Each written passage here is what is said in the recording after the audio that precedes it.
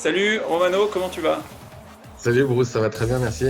Bon, cool, ça fait plaisir de t'avoir. C'est un grand passionné des sports mécaniques.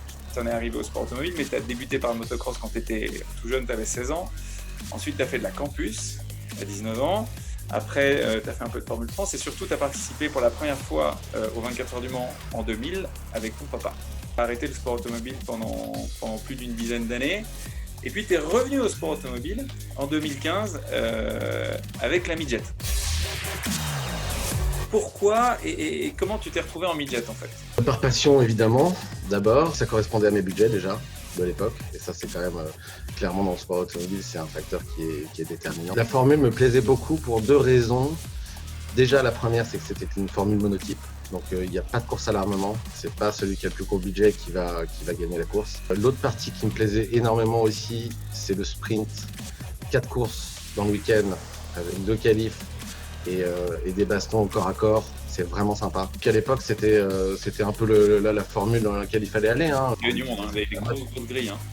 Il y avait des grosses grilles, il y avait 40 bagnoles. Et puis moi, j'aime la baston, vraiment. Ouais, parce qu'en fait, je crois qu'il y a de l'historique avec Julien Lambert et Nicolas Gomard.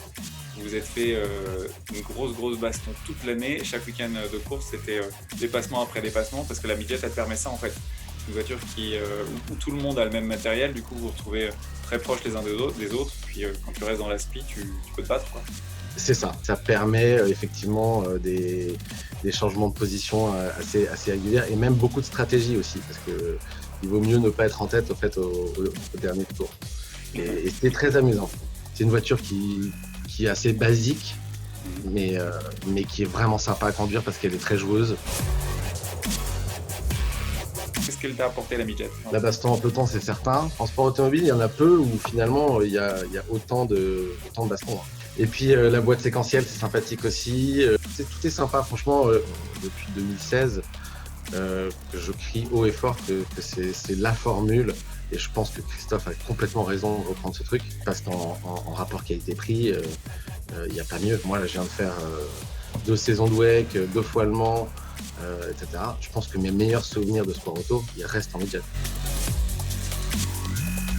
Si jamais il y a un plateau sympa et que ça reprend vraiment, et qu'il y a une bonne ambiance, moi j'irai, c'est certain.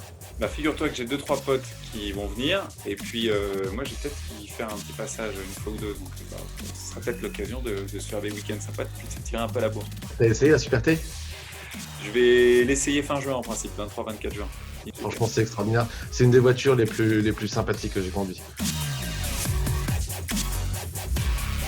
Dernière question, si tu devais nous donner un seul argument pour rouler en midget, lequel ce serait? Le rapport qualité-prix, convivialité, baston, c'est super. Et puis c'est formateur quand même, tu vois, parce que malgré tout, quand je suis passé de la midget à la P3, j'étais pas garé, hein. Puis t'as refait une carrière où t'es reparti de la midget et t'as été jusqu'aux 24 heures du Mans et jusqu'en WEC. Romano, merci beaucoup. Et puis peut-être qu'on te verra passer faire un petit week-end de midget à tout hasard sur un circuit complet, comme ça on est resté. Avec grand plaisir.